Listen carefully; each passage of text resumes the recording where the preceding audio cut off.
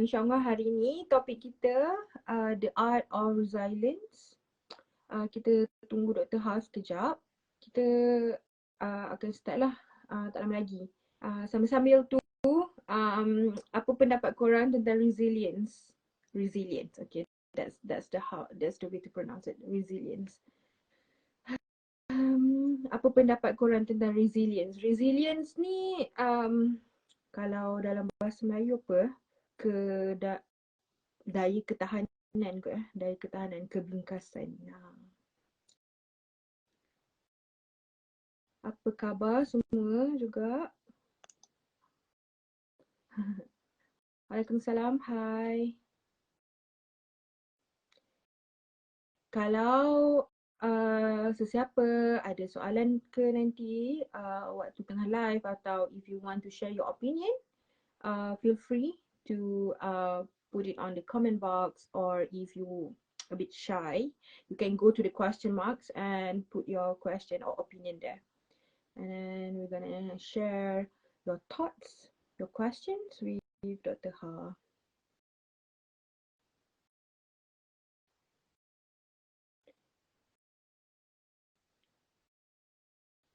We're waiting for Dr. Har, and in the meantime,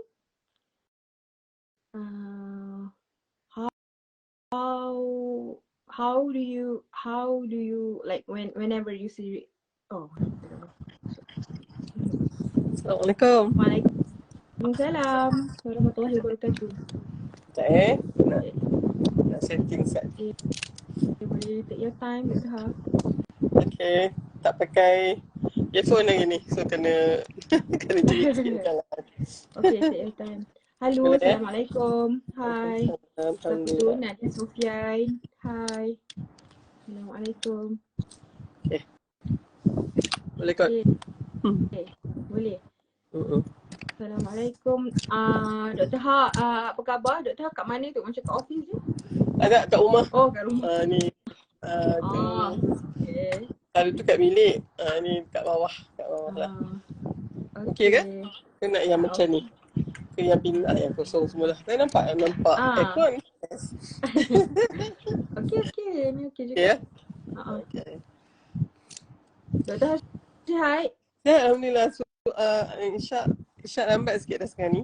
8.47 macam tu. Jadinya macam kena nak on air pukul 9 ni. Dia kena rushing sikit lah. Either awal tu masuk waktu terus solat, ataupun tunggu terus nanti. So lepas pula rasa macam kalau lepas pukul 10 tu nak solat Isyak, ngantuk sangat dah pula. Kan? So dah summer dah sekarang ni di Dublin. Dekat island sama. Panas. Hai. Hari ni semalam panas juga. Hari ni pagi tadi ada kilat. Set kilat. Island ni jarang ada kilat kan. Pagi tadi set ada kilat, tapi sekarang dia sunny balik. Island memang macam tu. Dia weather dia mood swing sikit macam UK. Kalau tanda tu kat sini biasalah. KL ni one of the place yang paling banyak tanda kan. Betul. Dia orang buat yang PNB punya tu nak tengok dia punya dokumentari. Antara challenge dia is that lah. Bila hujan, dia orang kena stop operation because kilat memang paling banyak lah. Kan? Dangerous untuk dia orang. So, tapi Alhamdulillah Allah izinkan juga adalah juga siap benda tu kan. Betul. Cakap pasal kilat pun kena mengena juga dengan topik kita hari ni. Betul. Dan mungkin yang nak cakap tu, kalau tak ada resilient, agaknya menara PNB tu tak terhasil lah. Kan? So resilient tu yang kalau the art of resilient, Dr. Har mungkin nak bawa juga the science of resilient. It's not just the art, but the science behind it lah kan. Sila? Mungkin kita boleh mula Boleh insyaAllah. Tadi saya dah cakap dah dekat kita punya kawan-kawan audience yang tengok ni, kalau ada any opinion or question boleh je tanya dekat ruang komen, atau kalau malu segan boleh pergi dekat question mark tu. Ya, betul. Okay, hari ni kita punya topik The Art of Resilience. Reason Syifa pilih The Art of Resilience sebab resilience ni satu benda yang sangat penting lah dalam kehidupan kita untuk kita teruskan kehidupan dengan in a healthy way, you know. And when we talk about resilience, daya ketahanan ataupun kebingkasan, dia benda ni dia tak bagi Syifa lah, dia macam agak abstract because it's related, you know, social science.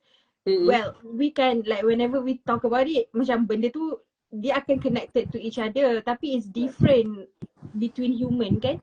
So that is why I say that it is an art and you need to, when we say about art, we need to really understand what it is in order to get it. Macam Dr. Har juga cakap tadi kan, Dr. Har nak sentuh juga what are the signs of resilience kan. Sebab without knowing the sign, kita tak tahulah, oh do we have the resilience or how we want to get the resilience kan. And then resilient for me, bila Syifa macam go into like readings, it's related with more like our inner self lah, iaitu mental kita, emosi kita kan. And then bagi Syifa benda ni yang paling susah lah sekarang ni Dr. Har, sebab bila melibatkan emosi dengan kesihatan mental, benda tu kita tak nampak and we don't know about it. We don't really macam senang nak diagnose kan. Macam contoh kalau luka senang nampak, tapi dekat belah dalam ni it's very hard unless if we do know about it or people let us know about it kan. And boleh ke Dr. Har share sikit dulu what is your opinion or your thoughts about resilience? Okay, bismillahirrahmanirrahim. Thank you Syifa for bringing up this topic of resilience. So resilience tu is the noun. Kita katakan tadi apa Syifa kata kebingkasan, which is very nice actually, boleh bingkas semula, ability to bounce back kan. So that is resilience. Tapi resilience tu is actually an adjective lah, the sifat seseorang kan. So okay, Dr. Har mula jumpa perkataan resilience ni banyak bila Dr. Har banyak baca tentang mindset. Okay, the growth mindset and the fixed mindset. Kalau ikut Carol Dweck tu, dia punya end result of a growth mindset, atau kalau dalam bahasa lain selalu disebut kerangka fikir bercambah, berkembang, dan juga dinamik ni, dia end result dia adalah resilience. Keupayaan untuk bingkas balik. Dr. Har analogi selalu bila kita baling bola getah tu dekat dinding, kalau bola getah kan, kita 2 meter daripada dinding tu, bila kita baling dia boleh bounce balik 10 meter. Kan So that is the keanjalan dia tu, dia punya resilience, atau Dr. Har sebutkan keupayaan untuk bangun semula, untuk melantun kembali tu. Dan tak pecah tu. Itu mungkin first kali dia tak disintegrate atau pecah. So lawan daripada growth mindset is fixed mindset. Kerangka fikir yang terkunci, terbelenggu, tertutup, jumud, statik.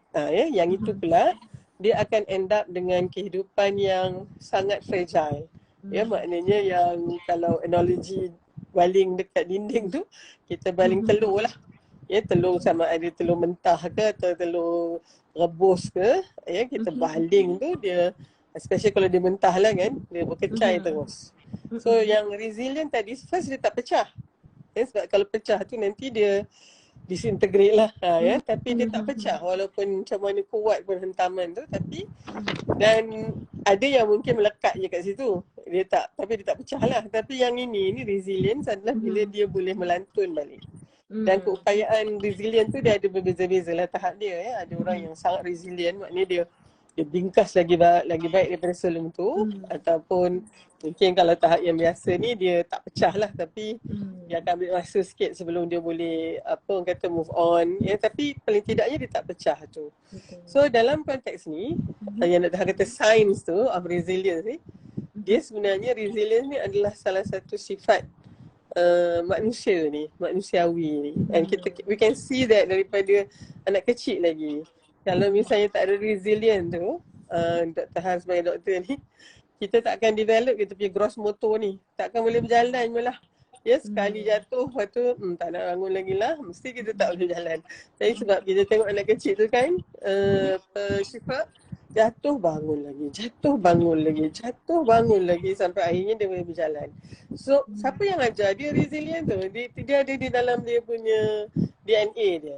Part of it. You know, resilient tu. So, Dr. Har, tadi kan Dr. Har kata, Dr. Har selalu cakap pasal jumpa resilience ni bila cakap tentang mindset, and that is more cognitive tau. Tapi Dr. Har nampak resilience kena ada dalam semua dimensi yang 5 yang selalu Dr. Har cakap tu lah kan. So physical resilience, sebenarnya badan kita dia ada resilient juga. Kalau katalah luka, dia boleh sembuh balik.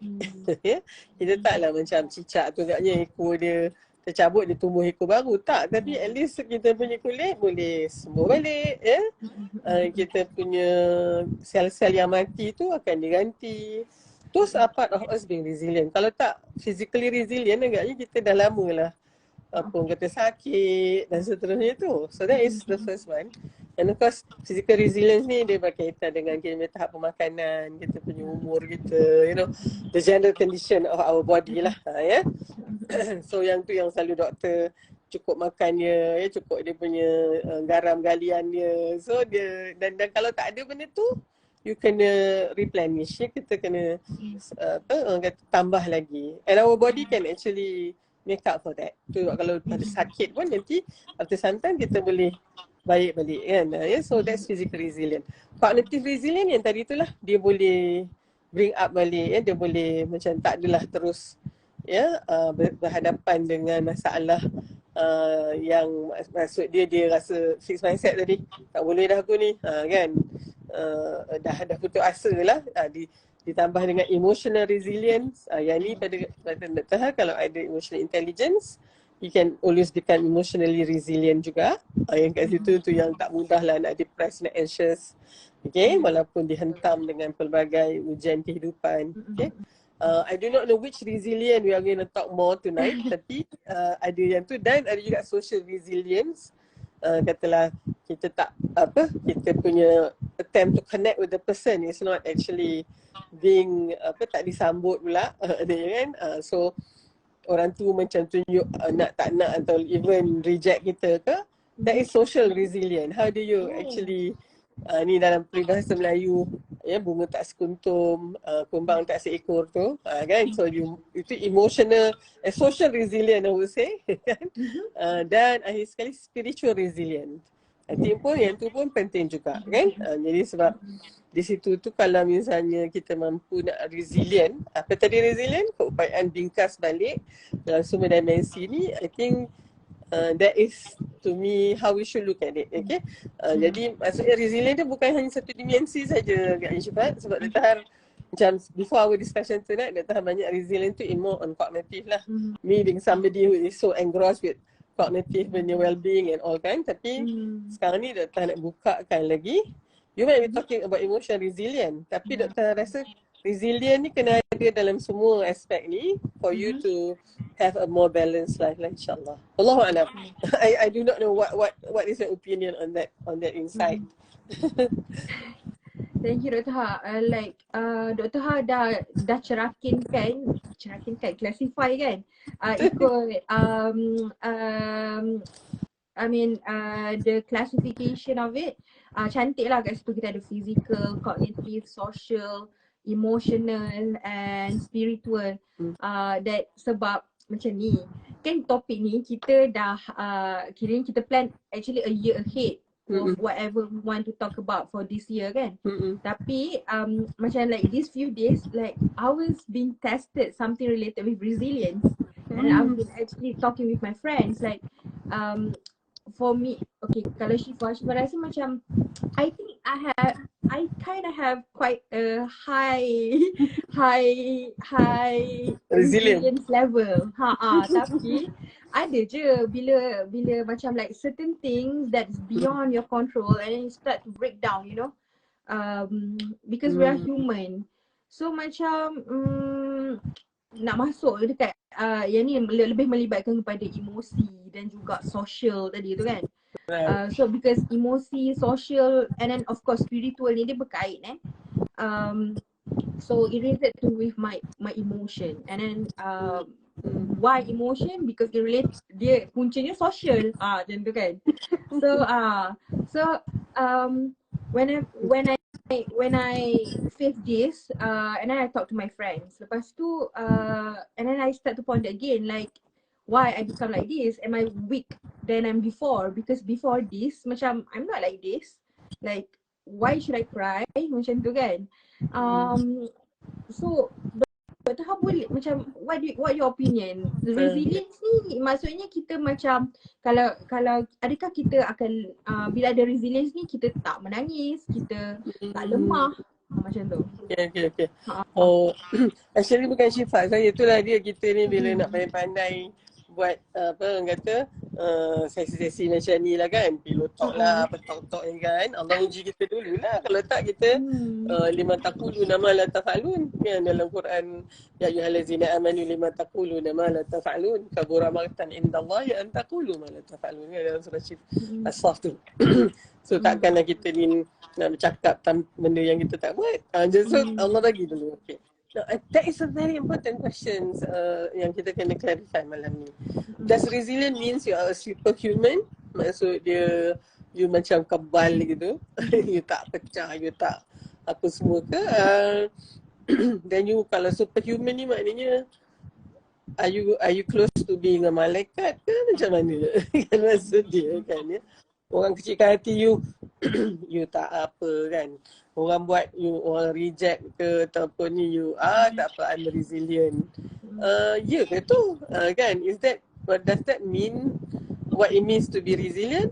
Unfortunately to me it's not. Maknanya dia satu lagi, bila Dr. Har ponder on resilient ni, kalau kita tak cross reference kepada kita punya tajuk on vulnerability, Syifah, Dr. Har rasa the tajuk resilient ni nanti akan jadi macam you kena resilient, you kena kuat, you kena positif gitu-gitu. Sampai dia jadi toxic positivity pula.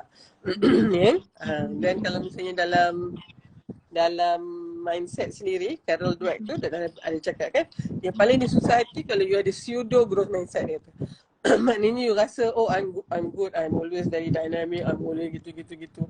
Dia kata sebenarnya there's no such person that is having growth mindset secara keseluruhannya. And then ataupun another person you can say dia ni fixed mindset secara keseluruhannya, semua area in dalam otak tu semuanya fix dan terkunci. No, dia kata no. So to me, we might think that we are resilient in this area, but remember you are vulnerable in other areas as well. And what you are resilient of today might not be tomorrow. You know that resilience ni not like once you have it, you got it all the time. Dia ada banyak faktor lain yang buatkan your resilient tu might be, you know, very your ability to bounce back to very high today, tapi besok tak pula agaknya, because there are so many things to me that can influence your resilience. I might be wrong, tapi Dr. Har, dia bukannya all and nothing law. You have it, that's it. You tak ada, you langsung tak ada. Ataupun you have it forever. Ataupun kalau you tak ada, you takkan ada forever. No. Okay, so because to me dia ada banyak sangat. Yelah, kita punya iman pun naik turun juga kan Syifah. Ada masa kalau iman kita tengah naik, kita tengah duk macam you know, in a very high spirit gitu tu, I'm sure is quite not easy, but you are capable to be resilient, come what may gitu kan. But there are times and days when you feel heavy and you feel low, especially when you might not be able to sort of cater for your own self-care. Yang ni yang Dr. Har nak mungkin in my case I know self-care is important, tapi kadang-kadang biasalah kan when you kena dulukan orang lain, you kena you know, especially when you have to sort of cater for other people's need and demand gitu kan.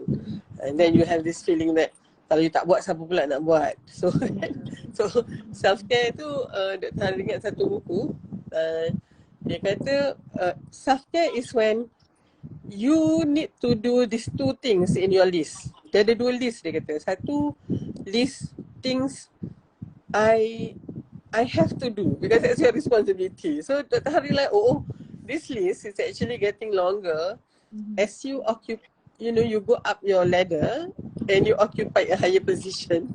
Yelah dulu adalah single, lepas tu jadi isteri. So you have one spouse to look after. Yeah, and then jatuh dapat anak pula. So the list keep on ni. Benda ni maknanya benda your function, your responsibility, your tanggungjawab. You punya tanggung dan you punya jawab. Kan? You know that you have to do it. Kalau tak nanti siapa pula nak buat. So this one list yang for me is getting longer and longer lah kan. Tapi satu lagi list, Taha kena thank ni, siapa nama dia, Laura Doyle ni. Dia tulis buku tu, Taha ingat sangat. Buku dia tajuk dia tak suka, dia panggil The Surrendered Wife. tapi dia kata when most of us who feel so drained and consumed ni is because kita nak satu, kita nak everything is tip top, and then you ended up macam controlling your spouse gitu. So and then kita sebenarnya take up too much on that list yang responsibility list tu. Padahal kita ada satu lagi list, ya, dia kata what are the things you want to do, you know, and you don't care pun apalah orang kata apa ke semua tu, just what you want to do, kata just write it down. So tak ingat dah write apa benda yang nak tulis tu. I want to walk in the rain, you know, I want to get drenched and basah macam tu. Just feel the rain, tak payah pakai tu, tak payah pakai raincoat, tak payah pakai payung kan ya. I want to walk barefooted agaknya. Macam tu you know, tapi tak boleh lah. Selalu kita kata kita selalu kata kena pakai kasut macam tu kan. Apa lagi? Kita we need macam to protect ourselves, raincoat, like yeah. So adalah benda sili-sili lah sikit yang buat kat situ. I just want to, you know, kalau on a Sunday I don't have to get out from my bed, just nak tidur je contohnya lah kan. Tapi of course lah, being you know, when you are responsible for your family gitu tu, you kena bangun juga.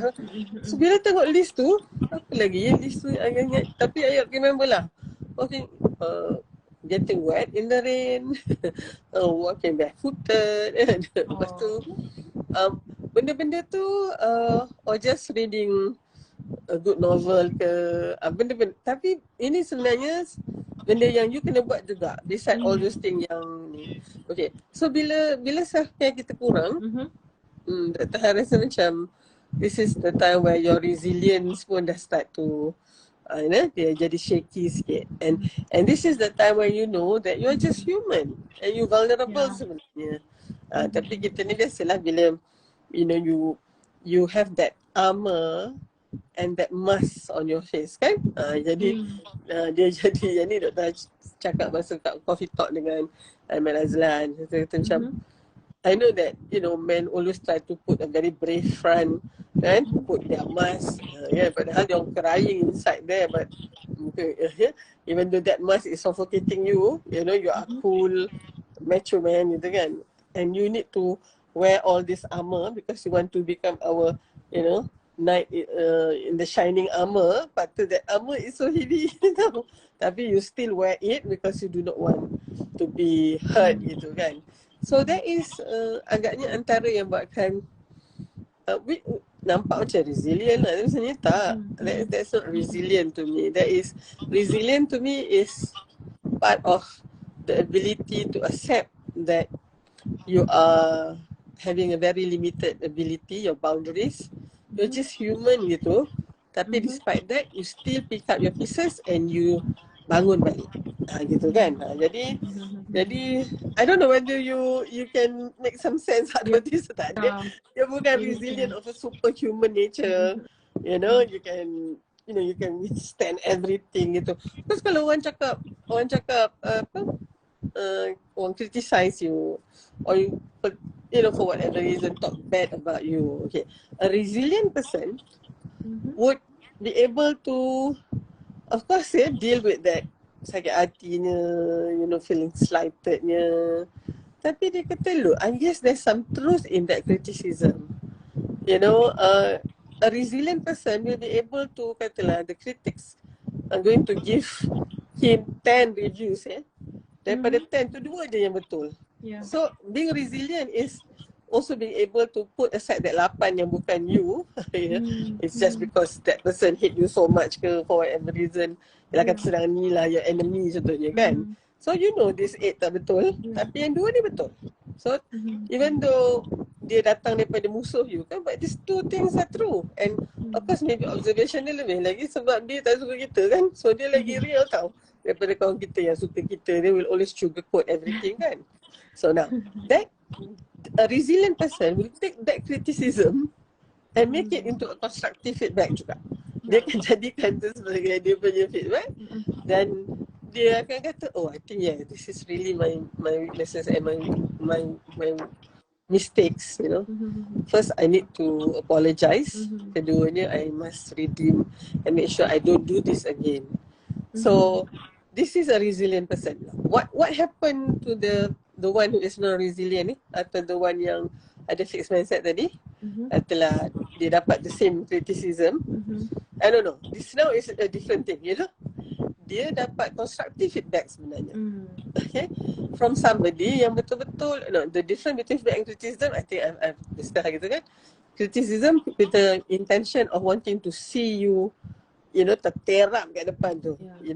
Nak betul-betul malukan you sampai you memang orang kata tak boleh bangkit lagi lah. Itu criticism.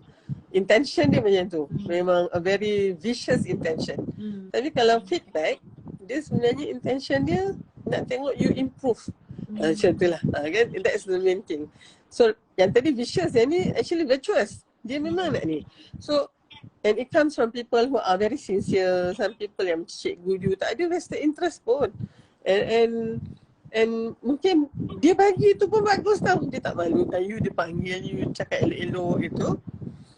Dia mungkin bagi kat you 10 benda. Macam all 10 things that you really need. Tadi tu 10 juga. Tapi sebab dia criticism, 8 tu tak boleh pakai, 2 je boleh pakai. Tapi yang ni 10 tu betul. Kan? Tapi untuk orang yang fixed mindset, yang akhirnya akan ada non-resilient punya, attitude ni, dia akan pandang itu semua sebagai criticism. So this person memang tak suka dia. So bila dia anggap tu criticism, this is the fixed mindset tadi kan, dia akan terus shield daripada all this dan anggap feedback yang 10 tadi tu sebagai criticism sebenarnya. Dan sebab dia criticism, tak boleh pakai langsung. Semua 10 tak boleh pakai. Rugilah. Kan? Rugi sangat. Jadi pada pandangan Dr. Har, orang yang resilient ni dia macam, dia tak boleh kontrol apa yang orang nak bagi kat dia. Kan? Memang kita semua tak boleh. Tetapi kita punya mindset that will end up either we are the resilient person. Of course orang yang kena kritik ni, yang macam ni gaya dia, dia akan jauh langkah dia. In fact, he or she becomes better. Kan? Tapi kalau orang yang ada fixed mindset, yang tak resilient tadi, orang bagi feedback elok pun dia anggap criticism. Memang dia takkan improve je lah.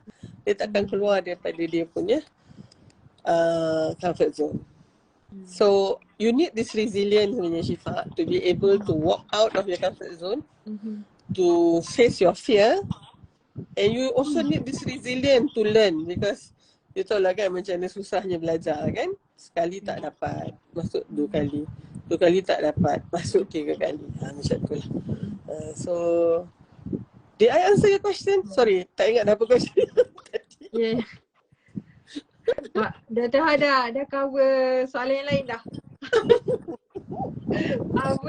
Tapi I really like when you say that you need the resilience to learn, to learn, because for me resilience ni pun sebenarnya actually dia berkait rapat juga dengan sabar kan, sebab nak belajar ni pun kena sabar kan.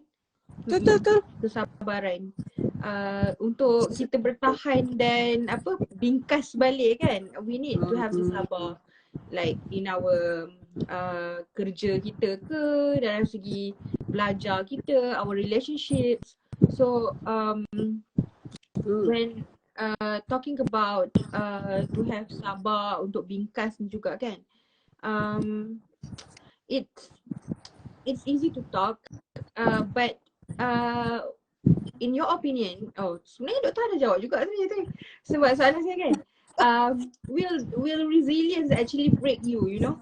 You have so much resilience in yourself, but boleh ke nanti, because we're talking about art, you know, you have such a high resilience in yourself, but nanti kalau terlampau tinggi resilience ni kan, adakah dia akan break ourselves after a while?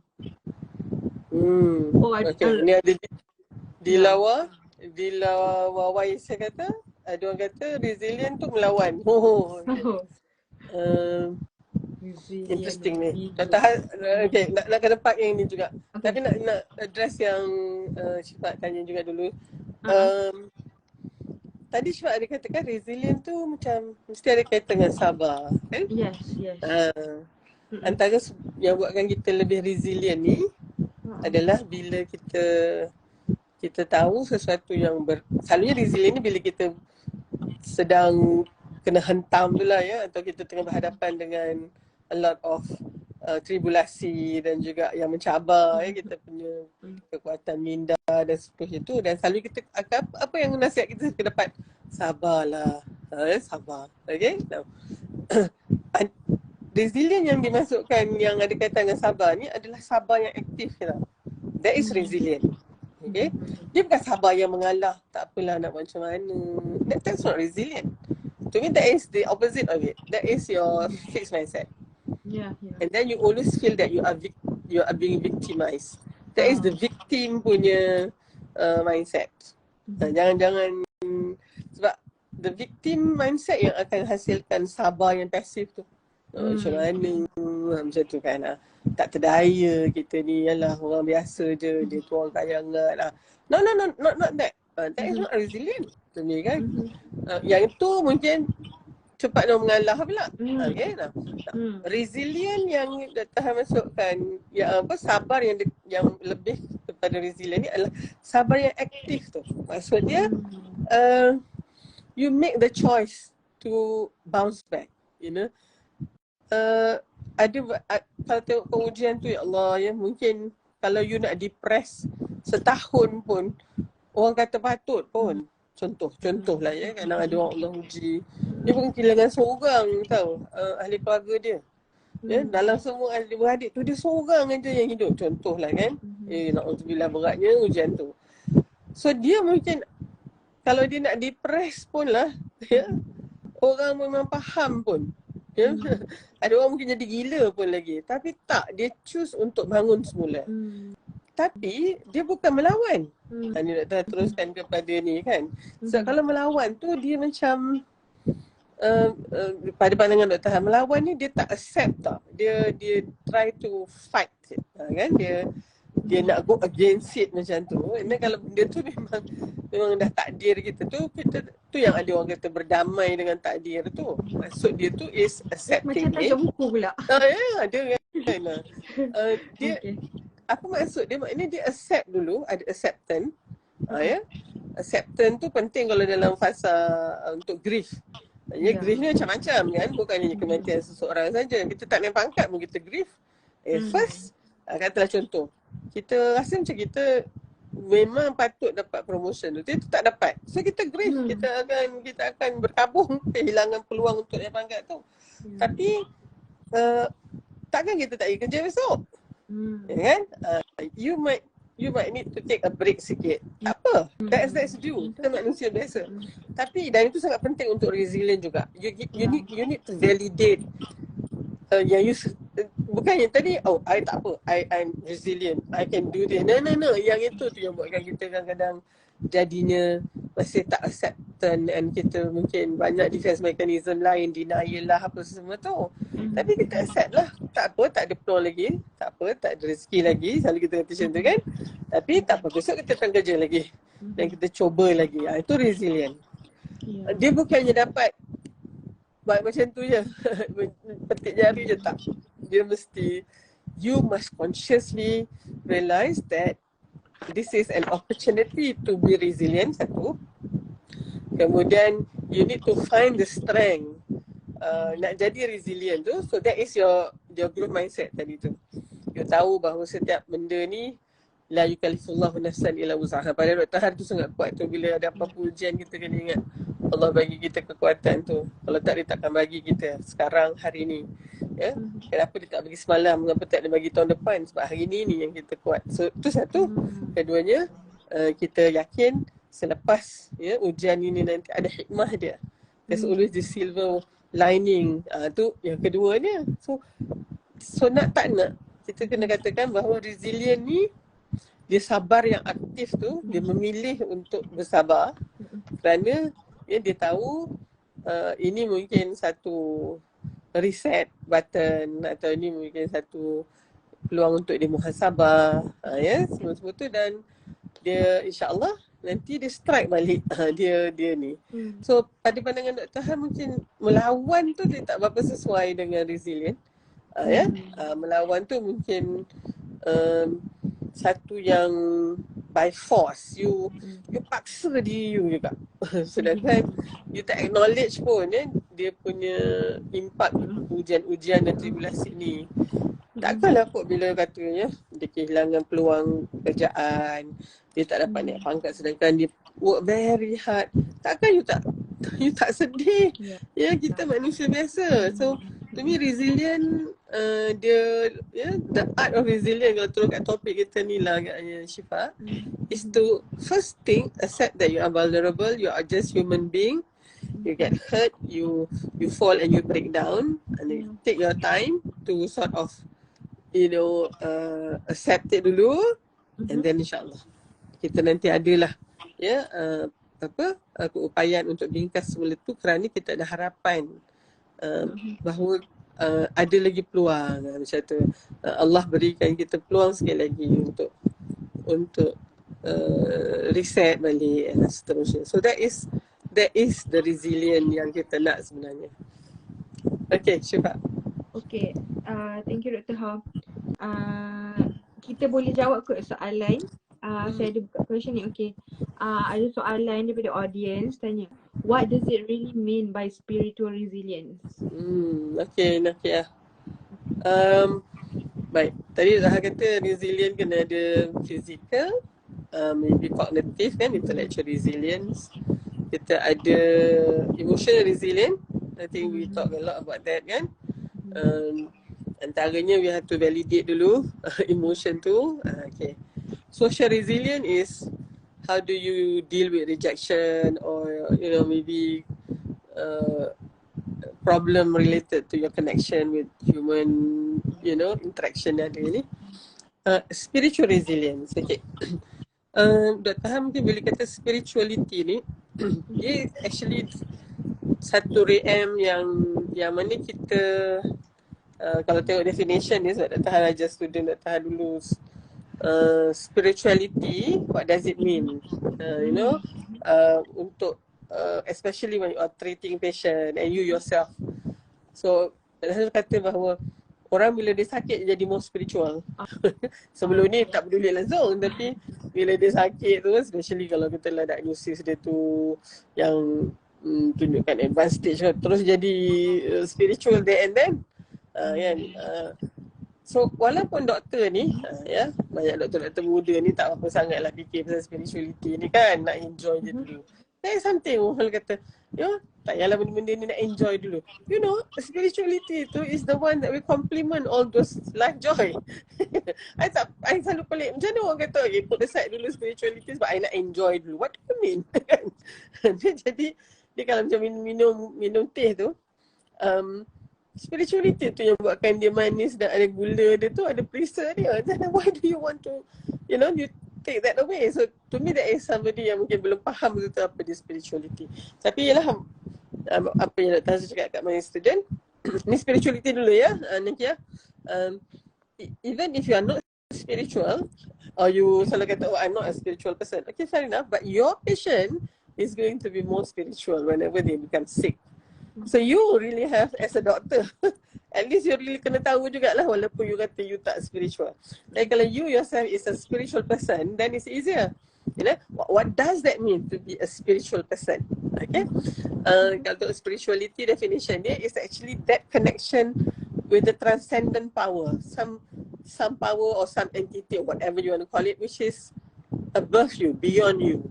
Itu spirituality. So some people, they do not want to have this connection. So dia tak nak fikir pun. Every time otak dia fikir, tak payah. Tak payah kan. Tapi nanti bila katalah dia lemas tiba-tiba kan, tengah duk macam nak menyawa tu, oh my God, jadi cari God juga. Sebab human nature, dia memang nak believe in something which is more superior.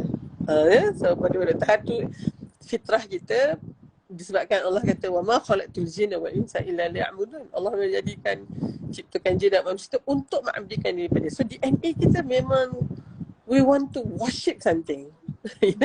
So spirituality is part of you. So to deny it is, you know, it's going to make your life very lopsided. Dia macam tak balance. Okay. Now you have to remember this is another area yang very interesting. Kita ada dipanggil sebagai internal or external spirituality. Ya, apa nama dia gitu. Tak apa, tak tahu buat macam tu je lah ya. Dia kalau yang external spirituality ni, dia kadang dipanggil religiosity. And in research, quantitative research especially, it is easier to measure religiosity daripada intrinsic spirituality. That's what intrinsic spirituality, extrinsic and intrinsic. Extrinsic spirituality ni is more of the rituals, the rites. Berapa kali semayang? 5 kali. Berapa kali pergi church? Tiap-tiap hujung minggu. And this is a rituals. So siapa yang tak ikut rituals ni, dia ni not so religious. Siapa yang ikut semua ritual ni, dia religious. Okay? So yang intrinsic spirituality pula is not related to that. Dia memang ada this, you know, connection yang lebih kalau misalnya orang yang pergi ke sedang-sedang macam ni lah, ada 10 orang solat, mungkin ada yang solat tu 5-8 tu tak khusyuk pun, tapi dia solat lah. So yang itu kita panggil sebagai extrinsic spirituality kan. Tapi antara tu ada 2 yang betul-betul khusyuk ni. So dia selain daripada menunjukkan extrinsic spirituality tadi tu, dia juga sebenarnya ada intrinsic. So kalau dia tengok, dia adalah cara nak measure ni, ya, ada measurement dia juga. So dia dapati pesakit yang very high daripada extrinsic spirituality, ya, sebenarnya dia orang ni lebih tak boleh cope sangat dengan disease ataupun dengan ni. Dia lebih question like research ni in Christian punya community. And I went to church, you know, I always join the, you know, activity and everything. Why is it that God chose me to become sick? You know, I dah buat baik gitu. Gitu kan. Yang ni pun tak pernah jumpa lah. Doktor, saya tak pernah tengok solat saya, bayar zakat, puasa. Kenapa saya pula yang sakit ni, nyawa yang tak solat apa semua ni tak. So this is extrinsic spirituality. So dan dia dapat orang yang ada intrinsic spirituality, they actually have more resistance towards all this blame, and you know, they are even depression reacting to their disease. Pelik kan tu yang kita. And I'm not surprised kalau orang yang tunjukkan sangat extrinsic spirituality tapi end up maybe nauzubillah killing him or herself. Contohnya, kalau dia rasa Tuhan tak sayangkan dia. So jawab soalan Nafiah pula, Dr. selalu rasa bahawa spiritual resilience ni is the one that, you know, make you keep hoping tu. Tak pernah putus asa tu dengan rahmat Allah. That is spiritual resilience. Ya, kalau spiritual non-resilience tu adalah dia anggap semua ujian ni Allah benci dia, ya Allah nak buat apa dia ni, bukannya Allah bukannya Tuhan peduli pasal dia, itu. So dia cepat sangat berputus asa lah. So Nakia, so to me spiritual resilience is when your spiritual connection tu memang makin kuat sebenarnya bila you diuji tu kan. Itu yang resilient tu. You tahu Allah kan, itu yang kita selalu kata, ya, Allah akan lagi sayang Allah pada seorang tu lagi kuat ujian ni, dan tak ada ujian yang lebih berat melainkan kepada para rasul. Ya. Jadi ujian kita tengok macam mana ni pun Syifa tak sama dengan para rasul tu, ya. Doktor baru ni Usrah cerita tentang pengkisahan di dalam Al-Quran ni. Kisah yang ada dalam Al-Quran tu Doktor tengah dekat surah Al-Hijr, ya. Banyak cerita tentang para nabi tu kan. So kata Allah sentiasa ceritakan nabi-nabi ni dengan resilient story dia ni, untuk tunjukkan bahawa mereka manusia biasa, ya. Macam dalam surah Yusuf tu, adik-beradik kan, pasal adik-beradik Nabi dengan anak dia, ya. Salah seorang daripada anak tu Nabi sendiri, so dalam adik-beradik tu, jadi so menunjukkan bagaimana, ya, ujian Allah yang berat itu tidak menjadikan seorang itu lebih jauh daripada Allah, tapi lebih rapat. Yang itu spiritual resilience. Boleh Nakia, kalau ni bagi respon okey ke tak okey tu, boleh baca ni tak, ya. Okey. Baik sangka dengan semua ujian yang Allah dah hadirkan untuk kita. Ya, true. That's true. Saya Itu spiritual. Okay.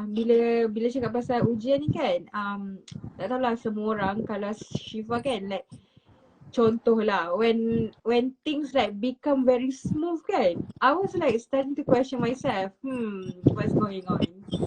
Like Alhamdulillah, but what's going on? Like it must be something, sebab kadang-kadang kelancaran hidup kita ni kan macam nak apa dapat.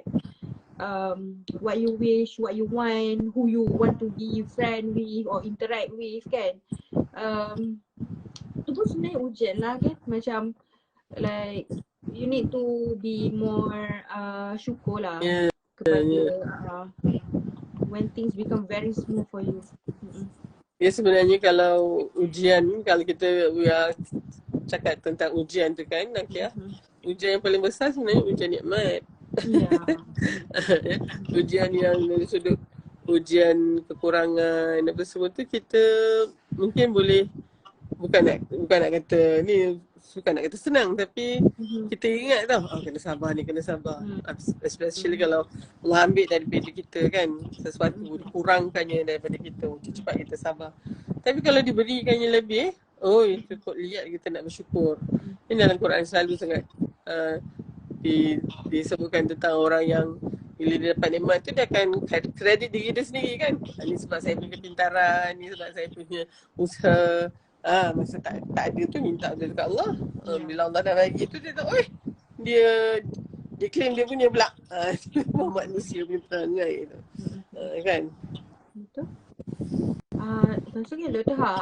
Actually resilience ni cuma pernah sembang dengan my kakak Usra. So my kakak Usra was psychiatrist. So dia katalah resilience, dia kata when dia melibatkan kita punya mental kan, dia kata kalau tengok sebenarnya resilience orang dahulu is different dengan orang sekarang. Even the new generation punya resilience is different.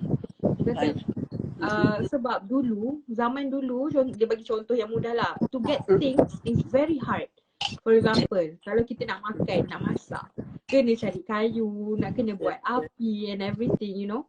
To get your job done is very hard during the old time. Tapi makin lama makin mudah. Zaman kita ni mungkin kita pernah lalui kesusahan sikit, tapi sekarang like the new generation, everything is there. Like lahir-lahir dah ada banyak bantuan ataupun aid untuk tolong So resilient is a process, dia kata. So Yep. actually dia kata and then kita kena berlatih untuk resilience ni sebenarnya. Bukan latih yang macam pergi tournament, kena practice hari-hari, tapi our daily life tu sebenarnya yang melatih kita untuk wujudkan resilience dalam diri kita. So in a way, what's your opinion, like for example lah kan, maybe sebab saya rasa audience kita ni macam banyak lah lapisan umur kan, like especially sebab saya tak katalah orang dulu lebih hebat resilience daripada orang like new generation, but if when we talk about factual things, for example tadi Dr. Har sentuh pasal suicidal rate sekarang tinggi berbanding suicidal rate dulu kan. So I think it's kind of relate with resilience juga sebenarnya benda ni. Macam do you have any tips like walaupun Dr. Har dah bagi sebenarnya tadi validate, conscious, realize and everything, do you have any key tips untuk kita kan melatih diri, wujudkan resilience dalam diri? Okay, I started to think that the way we define resilient tu masih lagi ability to bounce back, kan? Tapi in the current situation of the Gen Z contohnya, kita kena have the definition with the background of that, you know, with their background. No longer, to me, kalau kita still remain with the background of maybe masa susah semua dulu, you know, dia jadi it will not hold any water to this generation. Kan? Yeah. Cumanya the point here tadi yang Siraj kata is, does that hardship actually make us more resilient tadi tu? Kan? Lebih tahan uji, lebih lasak tu. Lebih street smart and not book smart lah. Kalau bahasa biasanya lebih tough lagi and taklah lembik sangat kan. Lembik benar, okay. Now, Dr. Har memang bila cakap dengan my houseman apa semua tu kan, Dr. Har rasa the tendency is always comparing their workload now with what we had last time gitu kan. Tapi after a while Dr. Har rasa macam that might not be the right way. In fact it might backfire pula kan, sebab situation dia tak macam tu sekarang ni. Okay. Dr. Har dulu mungkin ini kalau nak cerita zaman-zaman 91 Dr. Har jadi houseman, tahu that was like 30 over years ago tu. Seorang houseman jaga 70 patient kan dalam ward tu. 70 patient ni yang beranak tahu, ada baby dia pula, so 140 lah seorang tu tak jam kembar ke apa kan. Okay, so dia nak fikir balik, how did I manage to do that kan. Sekarang ni budak sekarang dapat patient satu cubicle tu, ada 6 patient, houseman 3 lah tu. Adalah seorang houseman jaga 2 tu je lah satu hari tu Itu pun dia punya stres, ya Allah, tak betul stres dia kan. Macam ni dia jaga 70 dulu kan. Okay. Nah, but I have to be very fair that masa we all dulu memang that's the situation. So macam mana slip shot pun Dr. Har kan, memang tak ada masa nak macam nak pinpoint siapa buat ni apa semua tu kan. So I wasn't, the setback is that I wasn't supervised well lah kan. Kita punya motto dulu is, you know, you see one, you do one, and then you teach one. But you tengok sekali je, lepas tu you supposed to know what to do that. And then bila you dah boleh buat tu, you kena ajar pula. Of course tak boleh, now we don't have that kind of principle anymore. Patient mati karang kan, gitu macam tu lah. So we make sure our patient, our student practice on dummies, semua kan. And that's not as how I was trained. I was a houseman, so jadi houseman lagi ambil darah tu memang dekat flesh and blood patient tu.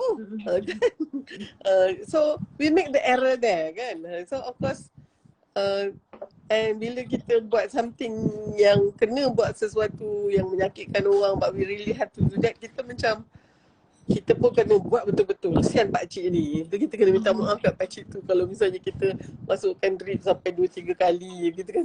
Tapi kalau budak-budak ni, dia buat beberapa kali pun puncture the dummy arms tu, dia tak payah minta maaf kat dummy tu kan. So I think so situation really to me memang akan determine your resilience tu. Okay, now coming back maksudnya sekarang ni mungkin dah tahan nampak expectation lah, expectation tu. So kalau misalnya Dr. pernah baca satu buku lah, sorry kalau malam ni Dr. banyak relate kepada the resilient of being a doctor and to remain to be one, okay? So this book was something like I was a doctor yesterday, something like that. It was written by somebody yang tak lagi jadi doktor lah, dia berhenti masa housemanship. And bila dia cerita, I'm glad that he wrote that book because Dr. Har was I always wonder what make them so apa orang kata macam tak dapat nak hold on to this kan. They managed to pass through dia punya 6 years or 5 years of grueling medical student days and they are good student, but bila sampai kat sini dia orang tak boleh. I noticed one thing, dia punya expectation is so high on himself, and that is most probably because he has always been a high flyer, and now after I've read about mindset, I remember reading that, and that is a true blue face mindset. Now, yeah, sebab it's always like macam, dia, I think things get into our head juga. I'm a good student, I'm an excellent student, I pass my exam, semua contohnya. Not just in this book lah, most of the time kita rasa we take pride on it. Suddenly bila you tak tahu kan, of course you tak tahulah bila kerja tu kerja yang baru kan, tapi you feel very vulnerable, tapi you minta tolong, orang tak nak tolong you. Semua orang sibuk, and then you tak tahu, tapi you kena juga buat, and then you takut, dia jadi lagi macam tu lah. So the anxiety become so overwhelming lah, and then mungkin masa I dulu pun I tak tahu juga tau, tapi I agaknya masa tu tak ada choice pun. I kena tanya nurse lah, tak panjang tebal kalau muka tu. Saya tak pernah buat ni. Oh, betul dia bebel lah kan. Minta maaf lah saya daripada saya buat je, betul nanti silap. Dia bebel sekejap je. Tak, macam ni. Ajak kan. Lepas tu Dr. punya first day jadi houseman tu, buat prescription untuk patient nak discharge. Tapi okay lah, the senior nurse tengok dululah kan prescription doktor baru sehari ni kan. Lepas tu dia tanya, you Dr. Harlina kata, dia sebaiklah dia jerit daripada ujung ward tu. Dr. Harlina mana tak lah dia. Dr. Harlina, sekejap doktor. Ubat ni kita selalu bagi daily once je tau. You letak kat sini 3 times a day, ujul patient tau. I kan waktu tu I rasa nak pingsan dah. So kasih staff nurse, tak apa. So you make a correction here, it's just once daily bukan 3 times a day. Ya Allah, masa tu kan tak lembik lutut ni. Tapi lepas tu every time I buat prescription, I will ask dulu the doctor yang nak prescribe tu, either my MO or the specialist. I make sure I am clear. So and then adalah masa tu dia kata, takkan dia tak tahu? Saya memang tak tahu ni. I just okay lah macam ni. Mana boleh tak tahu? Ni masa kan student dulu dah hajar lah gitu. I might miss that class lah, doktor kan. I'm sorry kan macam tu. Tapi dia ajar sekali udahlah. Janganlah bengap sangat lepas tu nak kena tanya juga. Dia kena cepatlah belajar. Tapi rupanya when you are you are vulnerable. I think that is the time where I was courageous enough to acknowledge that I'm vulnerable. Yeah. So masa tu people can guide me. Tapi I nampak some of these young doctors ni agaknya, they feel vulnerable and they run away. So besok tak datang kerja. Kan demam lah, muntah lah, body dia dah start reacting kan. Lepas tu depressed. Lepas tu kena hantar kat psychiatrist kata okay bagi cuti 2 minggu. So okay 2 minggu tak datang kerja, and the rest of yang lain ni yang more resilient ni kena jagalah juga the ward bukan yang kuat tadi pun dah jadi jauh resilient juga kan, sebabnya semua orang dah tak datang kerja, dia seorang yang datang kerja macam tu lah pula kan. Then, so we know lah bila keadaan, I think it is actually to face with that fear tu tau. Dan mungkin itu antara one of the prerequisite juga untuk resilient, iaitu kita kena acknowledge yang kita sebenarnya it has not done how it should be, mana performance kita taklah bagus sangat, and don't orang kata feel bad about it lah. Cepatlah belajar kan. Dan itulah Dr. Har rasa first this is just dia multifaktorial lah sebenarnya ya. Jadi tapi selalu itu ialah bila orang lain garang orang tu, so it's always easy to blame on those people yang dia kata kan macam tu, tapi sebenarnya it's your mindset jugalah. Tadilah your resilient tu is going to be the one that brings you, either you're going to come back to that office and that workplace tomorrow atau tidak. That is resilient to me. Allah Alam. Thank you, Dr. Ha. I really like today punya topik because like sebenarnya banyak benda yang kita boleh macam remind ourselves and then macam boleh apply balik. For example, bila Dr. Ha kata yang senior Dr. Ha tegur, Dr. Senior kata macam takkan tak tahu kot kan, and then you just admit it like maybe I just skip the class ke apa benda tu kan, not focus in the class. Because I think I encountered the same lah. You know, sometimes boss ni tak marah pun when you say, oh, it's human error, I'm sorry, I'm not going to do it again. Like, that is your vulnerability, you know, to admit your wrongdoing, kan? Kesilapan. And then, it's part of your resilience to bounce back, to not repeating the same mistake. Yeah, betul. Ada satu soalan tu. Kit kapas. Kena jawab soalan tu. Okay. What mindfulness mean to you? Have we discussed mindfulness, Syiffa? Last year, I think, but specific to mindful, we talk about mindful, but not mindfulness. Oh ya. I think Dr. Har baru ni ada talk on mindfulness. Dia kata, are you really mindful ataupun mindful, F-U-L-L. Oh. Spelling dia. So dia tunjuk gambar je tau. Dua orang walking in the park with all the trees. Orang yang mindful yang kita M-I-N-D-F-U-L tu, dia memang nampak pemandangan yang cantik tu lah dalam kepala dia. Tapi yang sebelah dia bukan mindful tu, dia mind jauh sikit F-U-L-L. So dalam tu laptop dia dengan anak dia dengan kereta dia dengan in that ni. So dia tak nampak pun park yang cantik tu. So kita kena ingat, of course yang dimasukkan sebagai mindfulness ni is the one lah. Now to me that's a different topic from what we are talking about. Cumanya I would say that mindfulness is the ability to be present and to analyze what you are doing as you are doing it. That is mindful. Kalau dalam kita punya ibadat kita khusyuk, solat yang khusyuk itu adalah part of mindfulness. In fact, kalau dalam Islam punya mindfulness is actually muraqabah. You actually that is different. Mindful yang orang barat ni dia memang hanya untuk declutter your brain, mainly untuk dunia ni saja gitulah, kan? Tapi apa yang dimasukkan sebagai the Islamic mindfulness is actually you punya connection dengan Allah tu, and that makes you aware, kan? Dia aware of what you are doing, apa semua tu lah.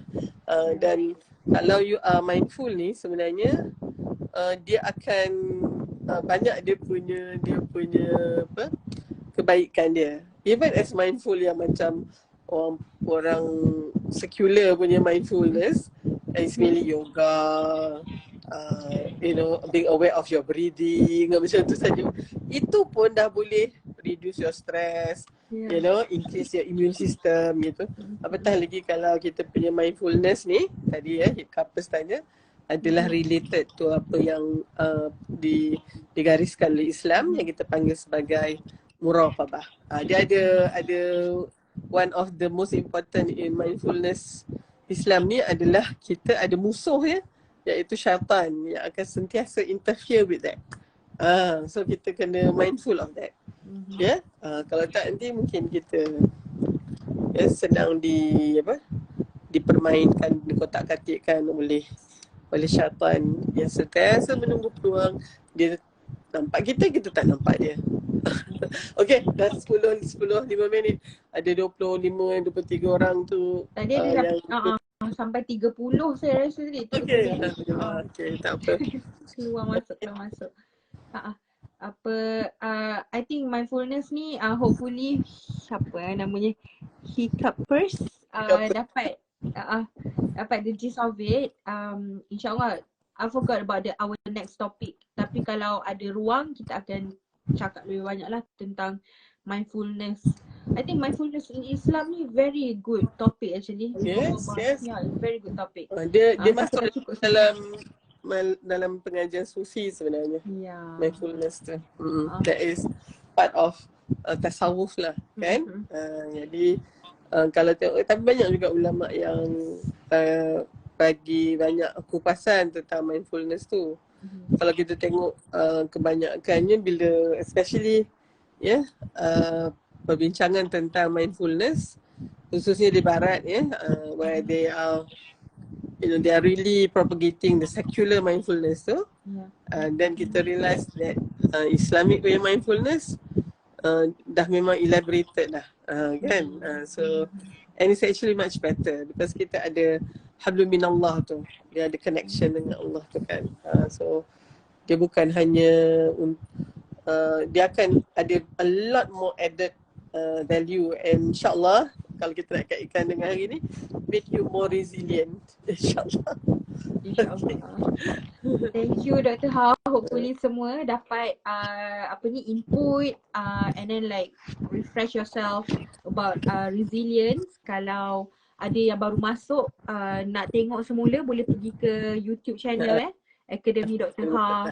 Untuk series yang lain juga. Kalau tak malam ni, besok macam tu kita masukkan. Betul. Okay, kita sudahi dulu lah kita punya pillow talk malam ni. Thank you Dr. Ha so much, and team Akademi Dr. Ha. Jumpa lagi next month, InsyaAllah. Okay, Assalamualaikum.